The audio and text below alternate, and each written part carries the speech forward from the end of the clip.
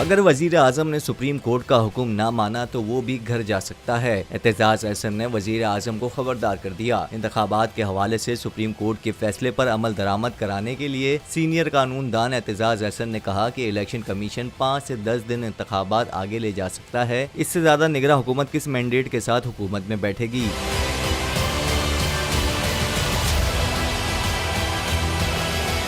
उन्होंने कहा कि वजीर कानून और अटॉर्नी जनरल अगर वजीर आजम को बावर करवा देते हैं कि ये फैसला 3-4 से है तो सुप्रीम कोर्ट वजीर आजम को घर भेज सकती है। आखिर वजीर आजम जिसने हुक्म नहीं माना था वो नाअहल हुआ था और उसको सजा भी हुई थी। इसी तरह शहबाज शरीफ भी जाएगा। दूसरी जानिब लाहौर हाई कोर्ट ने इलेक्शन की तारीख के लिए सदर को हिदायत जारी करने से मुतालिक दरख्वास्त गैर मौसर होने पर निपटा दी। अदालत ने अपने रिमार्क्स में कहा कि सुप्रीम कोर्ट के फैसले के बाद दरख्वास्त गैर मौसर होने की बुनियाद पर निपटाई जाती है।